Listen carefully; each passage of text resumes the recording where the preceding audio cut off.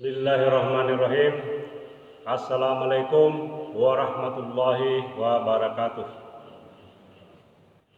Alhamdulillah, alhamdulillahillazi anzalal Qur'an hudal linnasi wa bayyinatin minal huda wal furqan.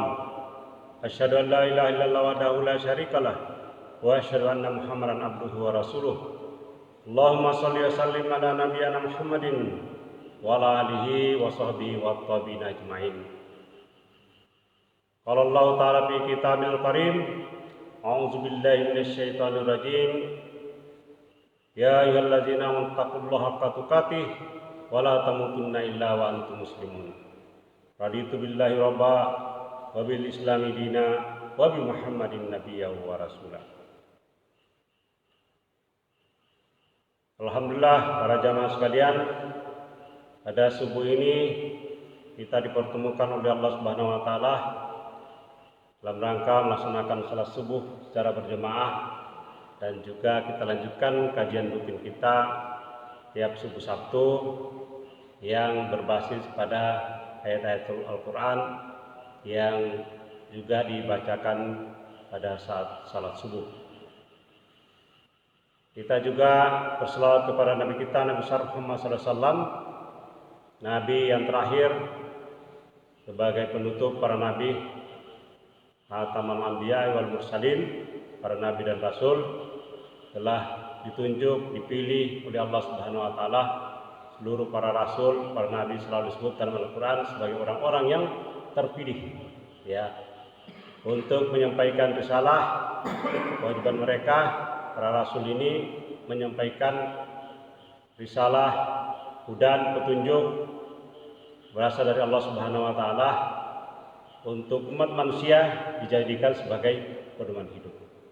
Inilah kenikmatan yang luar biasa apabila kita termasuk orang-orang yang beriman, karena sesungguhnya kehidupan kita di dunia ini adalah kehidupan sementara. Kehidupan yang sesungguhnya ada dalam kehidupan akhirat, dan untuk sampai kepada kehidupan akhirat yang penuh kebahagiaan, kenikmatan itu harus berbasis pada petunjuk dan yang telah disampaikan oleh para nabi dan rasul. Pada subuh Sabtu ini masuk kepada hari ke-16 Saban 1403 Hijriah, 19 Maret 2022. Pada seri ke-209 ini saya mengambil kata kuncinya ini, apa sih arti sebuah perubahan, ya, makna dari sebuah perubahan, tapi basisnya yang ada di dalam Al-Quran. Nah, kenapa demikian? Karena misi para rasul ini datang untuk membawa perubahan. Apa yang ingin dirubah? Ada macam-macam. Yang paling utama berkaitan dengan sistem keagamaan, khususnya di sini adalah konsep ketuhanan, teologi, ya, berkaitan dengan posisi al-ilah ini, sesembahan, ya. Ilahun, siapa yang dijadikan sebagai sesembahan manusia. Karena pada zaman-zaman sebelumnya, ketika para rasul ini selalu diutus, terjadi banyak penyimpangan-penyimpangan. Baik terjadi pada zamannya, eranya Nabi Nuh, Nabi Ibrahim, Nabi Musa, Nabi Isa alaihissalam, atau Yesus Al-Masih, Mesia gitu ya, sampai kepada Nabi kita Muhammad SAW, di mana ada banyak sesembahan-sesembahan, lebih dari satu. Ya, pada zaman Nabi Nuh itu sudah ada 5 orang yang ditokohkan, kemudian dijadikan sebagai sesembahan. Dulunya adalah orang-orang saleh yang dihormati, dihargai karena jasa-jasanya gitu ya, karena kepeloporannya, karena ketekunannya, ketakwaannya dan seterusnya. Tapi lama-lama disembah, dan ini terjadi sampai sekarang masih terjadi. Nah, kata kunci perubahan di sini ingin kita tarik dalam kaitan untuk berubah dalam bahasa ilmiahnya dari politeisme menjadi monoteisme. Jadi dari konsep banyak Tuhan menjadi satu, ya, konsep ketuhanan satu, la ilaha illallah. Dan ini yang telah diperintahkan kepada oleh Allah Subhanahu wa taala kepada para rasul untuk wa ilahukum ilahu wahid la ilaha illahu ar-rahmanur rahim. Ini disebutkan di dalam surah Al-Baqarah, surah kedua ayat 163. Jadi wa ilahukum ilahu wahid, dan Tuhan kamu adalah sesembahan yang Maha Esa, tunggal. Jadi fokus yang titik penyembahan itu adalah pada satu Tuhan, bukan pada dua, tiga dan seterusnya. Pasti kalau lebih dari satu itu berarti bercabang-cabang. Nah, Allah juga menciptakan manusia pertama ya min nafsi wahidah, dari diri yang satu, yaitu Adam. Karena memang sumbernya adalah Allah yang satu. Dari Adam ini kemudian ya terlahir atau tercipta Sayyidah Hawa, dan kemudian anak cucunya terus berketurunan, awalnya tetap dari manusia yang satu yaitu Adam, Sayyidah Hawa pasangannya, dan seterusnya beranak pinak sampai sekarang. Ini menunjukkan bahwa manusia pun dari sumber yang satu, awalnya juga satu. Nah, ini yang kita ambil sebagai titik pokok Rasul diturunkan, terutama untuk merubah keadaan manusia, kepercayaan manusia, keyakinan manusia. Ya, tentu yang dimaksud di sini berkaitan dengan kalau bicara perubahan itu banyak aspeknya. Ada orang berubah, ya melihat dari dimensi waktu, tempat, dan keadaan. Mungkin berubah itu sistem ekonominya, berubah itu sistem politiknya, berubah itu eranya. Yang pasti bahwa setiap waktu ya ada perubahan-perubahan. Nah, kita berpatokan di sini pada satu kata kunci yang ingin dirubah, yaitu dari konsep politeisme, dari konsep lebih dari satu Tuhan, sesembahan, Rabb gitu ya, atau nama-nama lain yang diberikan oleh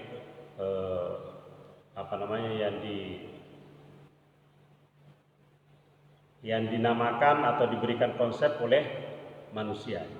Ya, saya mengutip juga ada beberapa di sini, ada bukunya Zakir Naik ini, Concept of God in the Maya Religion, gitu ya. Jadi konsep-konsep ketuhanan dalam berbagai agama. Ada yang menggunakan kata Yehovah, Iswar, Allah yang tipis, bahkan God, Allah, Brahman, ya, Eli, gitu ya. Ada lagi Ahura Mazda, macam-macam nih. Karena dia menulis Zakir Naik ini, salah satu keahliannya adalah comparative of religion, perbandingan agama. Dan dia menyebutkan di sini banyak sekali agama-agama beserta dengan konsep-konsep ketuhanan. Dan salah satunya yang jadi misinya adalah untuk menegakkan tadi la ilaha illallah, tidak ada sesembahan, tidak ada Rabb ya selain daripada Allah. Jadi dia berangkat, ada konsepnya dari agama Hindu, dari agama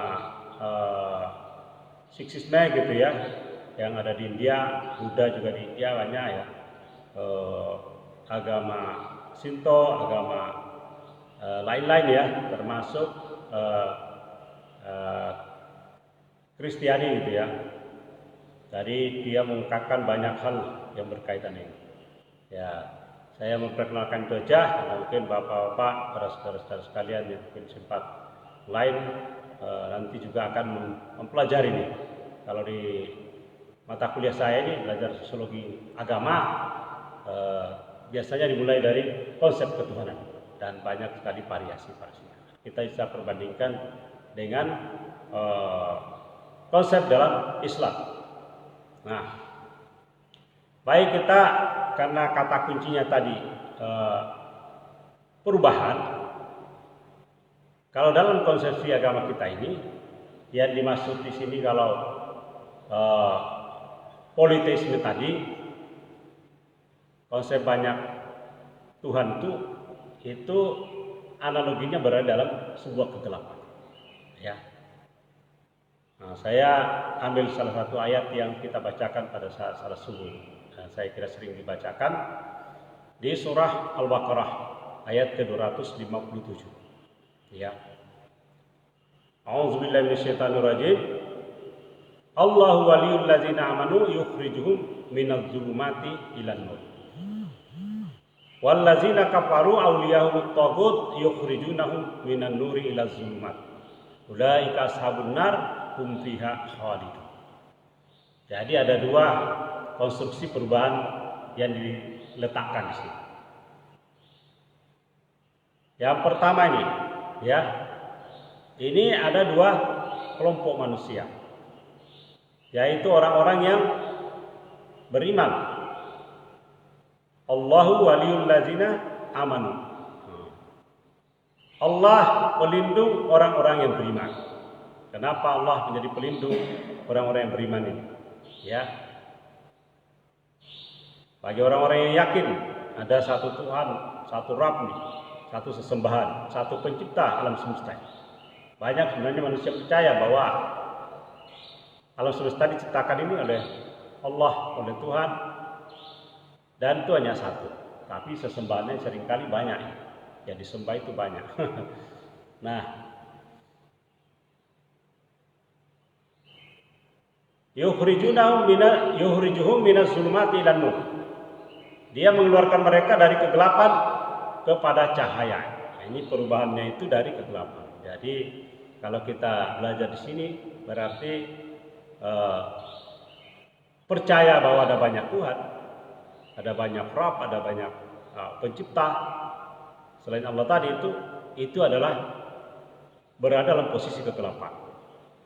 Nah, tapi bagi orang-orang beriman, karena Allah menjadi referensinya, rujukannya, sekaligus sebagai pelindungnya, sebagai walinya, dia diubahnya dari kegelapan menuju cahaya. Terus menerus ini, ya, hatinya akan bercahaya, dan cahaya yang paling dahsyat nanti bentuk rahmat yang kita terima, nur, apabila kita di akhirat semuanya yang orang-orang beriman ini, orang bertakwa, bercahaya. Sumber cahayanya dari dirinya sendiri. Karena dalam hadis disebutkan bahwa orang-orang di akhirat pada saat dia berada di dalam perjalanan, ya, daripada mahsyar menuju berjalan di atas sirat ini sampai ke surga atau neraka, jatuh ke neraka, itu bergantung pada cahaya. Apabila dia beriman, maka dia akan bercahaya. Jadi cahayanya berbanding lurus dengan keyakinannya dan amal soleh. Ya, amanu billah, amanu wa amilus shalihat. Berbanding lurus dengan amal solehnya, keimanannya dan amal soleh. Semakin tinggi imannya, semakin banyak amal solehnya, makin luas cahayanya, jangkauannya. Karena ada orang yang berjalan itu hanya seperti sen tadi. Ada yang berkedip-kedip di ujung jarinya saja. Wah, bayangkan itu. Kita di dalam kegelapan dan dahsyat, harus kita berjalan cepat, penuh dengan ketakutan. Apabila melangkah baru menyala, berhenti mati lagi. Tapi ujung-ujungnya juga sampai nanti. Tapi lama ini, makanya daripada mahsyar menuju surga nanti kan lama. Waktunya sangat lama. Satu hari aja sebutnya dalam dari sini 50.000 tahun. Apakah kita di sana satu hari saja atau berapa hari? Kalau itu aja perbandingannya sudah luar biasa. Nah, ini kelompok yang pertama ini, yang disebut dalam Ali Imran, Al-Baqarah ayat 207. Ya, yukhrijuhum minal zulumati ilan nur. Jadi dari kegelapan menuju nur, cahaya. Ya, jadi diulang-ulang dalam Al-Quran. Kelompok yang kedua ini, yaitu orang-orang yang ingkar, orang yang berpaling, ya. Wallazina kafaru awliyahumut taghut yukhrijunahum minan nuri ila zulumat. Ini kebalikannya ini. Bukannya dari gelap menuju cahaya, tapi dia malah dari sudah dapat cahaya, ya, kemudian kembali kepada kegelapan, ya. Jadi orang-orang yang kafir nih, ya, kita ingatkan lagi kafir dalam konteks yang luas. Dalam bahasa Al-Quran pada ahli bahasa Arab mengatakan bahwa ini adalah konsep yang sangat halus, ya. Orang yang masih menutup diri ini, menutup hatinya nih, cover nih, seperti kita ada bed di rumah, cover bed ya, tutup nih. Sebetulnya bisa dibuka kan, atau buku nih, ya. Dan padanya dalam bahasa Inggris sebut cover nih. Tiap sampul buku disebut cover. Ini orang menutup kan bisa dibuka, mudah dibuka ini, tergantung hati manusia ini. Jadi hatinya masih tertutup, ini masih ada peluang dua. Kita doakan kepada orang-orang yang belum beriman pada Allah yang satu tunggal, ya, untuk mari kita semua ini untuk menumbuhkan iman hanya kepada Allah Tuhan yang Maha Esa. Ya, masih ada kesempatan. Ya, jadi dianggap di sini masih kafir itu adalah orang masih menutup. Ya, tidak dalam arti yang seperti diterjemahkan sekarang manusia. Sehingga banyak orang tidak mau disebut kafir. Ya, padahal dia tidak beriman, inginnya disebut non muslim, sama aja gitu ya. Jadi peristilahan itu tidak merubah konsekuensinya. Sekali lagi saya ulangi, peristilahan merubah istilah-istilah tidak merubah konsekuensinya, ya. Termasuk perbuatan asusila yang banyak sekali istilahnya sampai sekarang disebut dengan pekerja seks komersial gitu ya. Itu tidak berubah. Keadaannya tidak berubah, tetap dia dosa gitu ya. Walaupun dibuat istilah yang profesionalnya atau asisten rumah tangga, kan tidak berubah ya.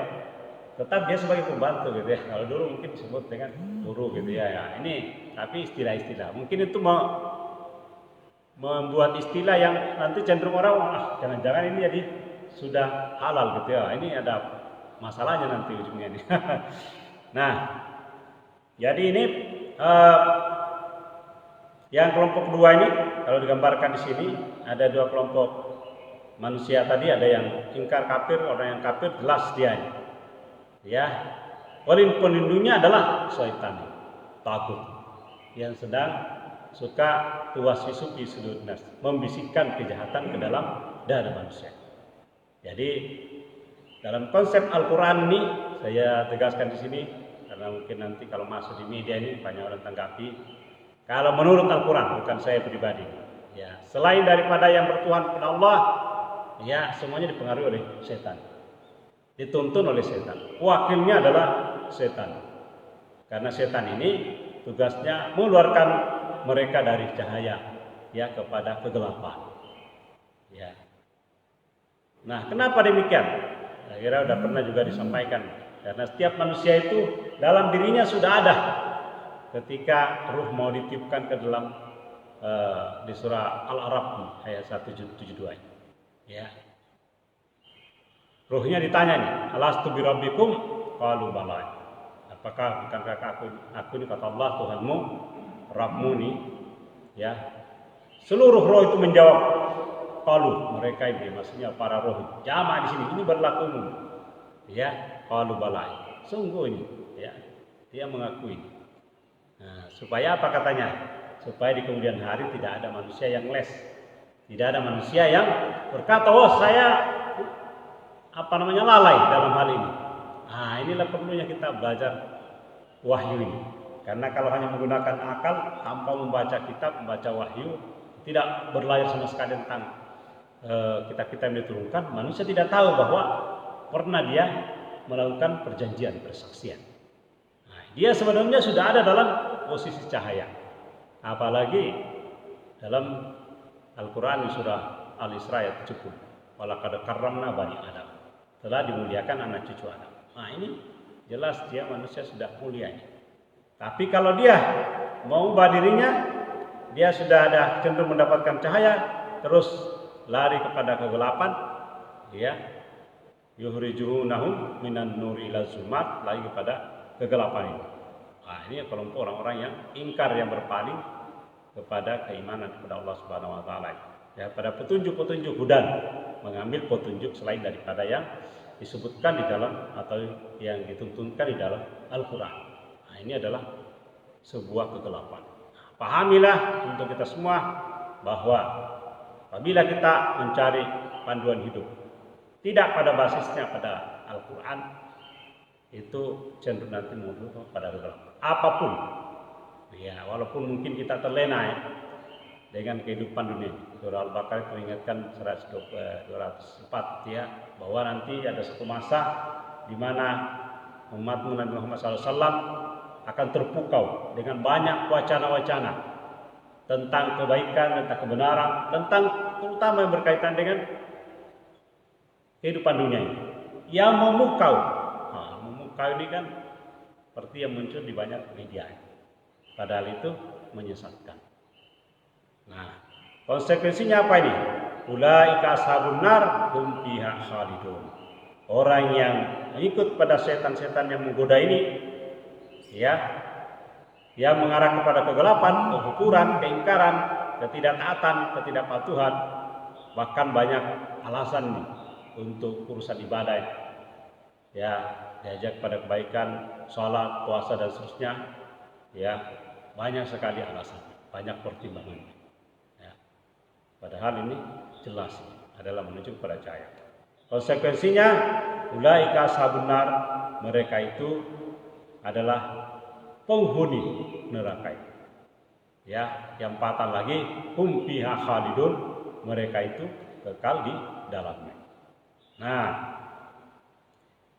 dalam banyak ayat yang lain selain dari surah Al-Baqarah tadi 257 yang berkaitan dengan kata-kata perubahan tadi dan misi para rasul dan tujuan dituju Al-Quran juga di surah Ibrahim ayat 1 dan ayat 6. Ya, ada lagi juga di surah Al-Ahzab ya ayat ke-43 ini. Saya ringkas-ringkas saja ini. Nah, ini karena ini Alif Lam Ra, kitabun anzalnahu ilaika litukhrijan nasa minaz zulumati ilan nur bi ismi rabbihim ila siratil azizil hamid. Alif Lam Ra, surah Ibrahim ayat pertama. Ini adalah kitab ini. Kitabun anzalnahu ilaika, kitab yang kami turunkan kepadamu. Ya. Ini disampaikan pada Nabi kita Muhammad SAW. Berarti maksudnya adalah Al-Quran ini. Ya, tujuannya apa ini? Litukhrijan nasa minaz zulumati ilan nur. Nah, ini. Untuk atau agar engkau mengeluarkan manusia dari kegelapan kepada cahaya terang benderang. Ya. Biizni rabbihim, dengan izin Rabb Tuhan kalian, yaitu menuju ke mana nih? Ya, biizni rabbihim ila siratil azizil hamid. Menuju jalan kepada Allah, ya. Jalan kepada Tuhan yang Maha Kuasa, Maha Perkasa dan Maha Terpuji. Jelas ini arahnya. Kurbannya itu mau diarahkan untuk tetap menyembah Allah, menggunakan konsep-konsep panduan hidup yang diturunkan oleh Allah Subhanahu wa taala. Ini jelas. Jadi bukan arah perubahan yang banyak dijanjikan. Seperti kita, pendidikan kita belum terwujud nih keadilan adil dan makmur di tanah air kita. Sudah ada era Orde Lama, ya berhenti karena diturunkan, ya. Kemudian era Orde Baru, Soeharto diturunkan, ya menjadi negara adil makmur, belum sampai gitu ya. Sekarang kita masuk era reformasi juga belum terwujud. Ya, kita mudah-mudahan akan datang akan terwujud. Kita tidak usah. Tapi inilah perubahan. Nah, tapi kalau Allah yang menjanjikan pasti akan dipenuhi, ya. Kalau Allah yang menjanjikan pasti dipenuhi. Ya, ada waktunya nanti akan dipenuhi. Karena sebaik-baik membuat janji adalah Allah dan paling memenuhi janjinya. Nah, ayat ke-6-nya nih, karena saya pilih-pilih ya, ada kata-kata tadi betapa pentingnya. Nanti Bapak Ibu, pada saudara sekalian, mungkin adik-adik yang mahasiswa itu bisa kembangkan sendiri. Ya, apa saja nanti praktek kehidupan yang masih dalam kegelapan. dan apa praktek kehidupan yang sudah menuju cahaya. Walaqad arsalna Musa bi ayatina an akhrij qaumaka minaz zulumati ilan nur. Ya. Wa zakkirum bi ayamillah inna fi dzalika laayatin likulli sabarin syakur. Sungguh kami telah mengutus Musa, Nabi Musa alaihissalam, dengan membawa tanda-tanda kekuasaan kami. Bi ayatina tanda-tanda kekuasaan. Tanda-tanda ini kalau Allah, tanda-tanda kekuasaan penciptaan alam semesta ini. Ya. Tujuannya apa ini? Sebutkan di sini dalam tafsir yang saya baca ini, dan kami perintahkan kepadanya ini, ya, keluarkanlah kaummu dari kegelapan kepada cahaya terang benderang. Saya perlu ingatkan itu karena kondisi yang dialami oleh umatnya Nabi Musa, ya, Bani Israel pada masa itu, bukan saja dalam konteks mencari Tuhan selain Allah. Memang Firaun sudah mengajak, Astagfirullah Rabbukumullah, saya adalah Tuhanmu yang paling agung. Seolah-olah dia juga tunggal sendiri gitu ya. Maha Esa, tapi bukan itu ya Tuhan, yang dia baru lahir kok ya. Diciptakan gitu, dan dia mati juga gitu kan. Dan Allah itu tidak mati gitu ya, tidak ada matinya, dia ada terus nih. Sementara Firaun mati gitu. Nah, ini sistem yang dibangun oleh Firaun bukan hanya dalam konteks ya karena dia menuhankan dirinya sendiri, tapi karena dia melakukan praktek kekerasan, praktek kekejaman, praktek eksploitasi. Bani Israel diperbudak dan anak-anak laki-laki mereka dibunuh. Mereka diperbudak, dikerjakan ya dengan tanpa atau mungkin imbalannya sangat sedikit. Ya. Diperbudak oleh Firaun dan bala tentara. Nah, ini adalah sebuah sistem sosial, sistem politik, sistem ekonomi yang tidak adil. Karena Qarun jadi kaya raya, menjadi konglomerat. Nah, ini semua sehingga ketika Musa datang pertama ketemu Firaun, dia minta supaya Bani Israel itu dibebaskan. Lalu dia memperkenalkan Tuhan, Rabb Allah kepada Firaun. Firaun menjadi kaget gitu ya. Sementara ini dia mengaku sebagai Tuhan. Itu kok kamu bawa konsep ketuhanan yang berbeda gitu ya. Sehingga dia tentang, saya kira ceritanya udah biasa cerita nanti lagi cerita-cerita yang lain. Tapi kita berfokus pada sini bahwa praktek perbudakan, eksploitasi manusia, praktek kekerasan adalah kegelapan. Kita ingin berubah kepada cahaya, manusia bebas dari praktek. Karena seluruh manusia di hadapan Allah adalah semuanya sama. Tidak didasarkan pada strata yang dibentuk, dikonstruksi manusia berdasarkan kekuasaan, berdasarkan kekayaan, atau bahkan mungkin berdasarkan popularitas. Nah, saya satu lagi yang berkaitan dengan ini. Nah, ini kita hubungannya dengan para malaikat. Wallazi yusalli alaikum wa malaikatu liyukhrijakum minaz zulumati ilan nur wa kana bil mu'minina rahima. Ya. Dialah yang memberi rahmat kepadamu dan para malaikatnya. Maksudnya Allah tadi ya, dialah yang memberi rahmat kepada kita, kepada manusia dan para malaikatnya. Memohonkan ampunan untukmu. Karena pada malaikat itu seperti yang dia sudah jelaskan dalam majelis-majelis Allah malaikat mendoakan ya para peserta yang ikut dalam majelis ini sehingga dia bisa selamat mendapatkan cahaya ya. Apa saja yang kita minta malaikat mengaminkan, doakan kepada kita ya untuk keselamatan kita, untuk kebaikan kita. Luar biasa nih kalau kita selalu ikut forum-forum majelis-majelis ilmu ini. Para malaikat hadir nih. Cuma kita tidak lihat, tapi semuanya sibuk mencatat ini. Ya, walaupun kita hadir mungkin agak ngantuk gitu ya, tapi sudah dicatat bahwa dia hadir gitu ya. Lebih-lebih nanti kalau menyimak lagi ya. Online juga gitu ya, ini semua dapat, tapi lebih dahsyat kalau hadir langsung di majelis ini. Nah, terima kasih untuk nanti yang menonton juga, insya Allah akan didoakan oleh para malaikat kita mencari ini. Agar dia apa ini? Mengeluarkan kamu dari kegelapan kepada cahaya. Di doa para malaikat juga ini. Dan juga karena rahmat dari Allah Subhanahu wa taala kita dikeluarkan ya minaz zulumati ilan nur. Ya. Dan dia Maha penyayang kepada orang-orang yang beriman. Ya baik, Allah Subhanahu wa taala sangat penyayang. Nabi Muhammad SAW sangat penyayang. Para malaikat sangat penyayang kepada orang-orang yang beriman. Nah, tujuan akhir kita ini menjadi orang-orang yang beriman dan bertakwa dari perubahan yang ditawarkan dari Al-Quran. Baik para teman sekalian, para hadirin, saya mengajak ke bagian terakhir. Mari kita kembali kepada Al-Quran sebagai pedoman hidup untuk praktek kehidupan kita dalam kehidupan keluarga, ya, dalam kehidupan ekonomi, dalam kehidupan politik, dalam kehidupan sosial yang lain, kehidupan bertetangga, dalam mengerjakan pekerjaan kita di kantor dan seterusnya, dan juga karena saya profesinya dan mungkin juga bapak-bapak, saudara-saudara berkaitan dengan pengetahuan ini, terutama dalam membangun pengetahuan. Karena banyak pengetahuan yang dibangun sekarang ini dasarnya, worldview-nya, pandangan dunianya tentang kehidupan itu berasal dari luar yang tidak sesuai dengan keyakinan kita. Mengembangkan paham-paham liberalisme, paham sekularisme, paham nihilisme, dan macam-macam paham lain. Ya, Islam pun mau diliberalkan gitu. Paham-paham radikal juga termasuk gitu ya.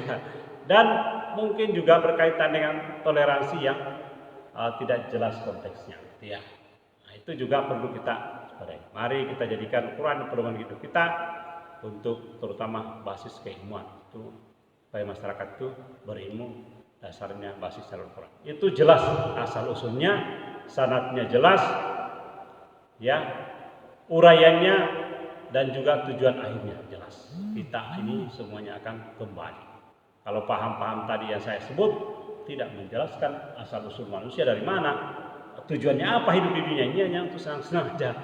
Terutama ya kaitan dengan materialisme, kebutuhan ekonomi dan seterusnya. Ada senang-senang sih ada, tapi di dunia ini. Tapi kehidupan yang akhirat tidak ada konsepnya kaitan bahwa kita akan dibangkitkan dan akan mempertanggungjawabkan semua perbuatan kita ini. Ini kita kembali pada Al-Quran, karena Al-Quran jelas akan mengantarkan manusia, kitab Al-Quran ini, ya, itu rijan nas minal zulumati ilan nur, mengajak manusia berubah dari kegelapan menuju cahaya. Demikianlah saya kira tadi yang penting untuk kita sampaikan. Semoga pertemuan kita pada subuh ini, pagi ini, diberkahi oleh Allah Subhanahu wa taala dan kita semua menjadi orang-orang yang penuh dengan cahaya. Billahi fisabilillah, kurang lebihnya mendengarkan. Fastabiqul khairat, mari kita berlomba-lomba untuk berbuat kebajikan. Subhanakallahumma wa bihamdika asyhadu an la ilaha illa anta astaghfiruka wa atubu ilaik. Assalamualaikum warahmatullahi wabarakatuh.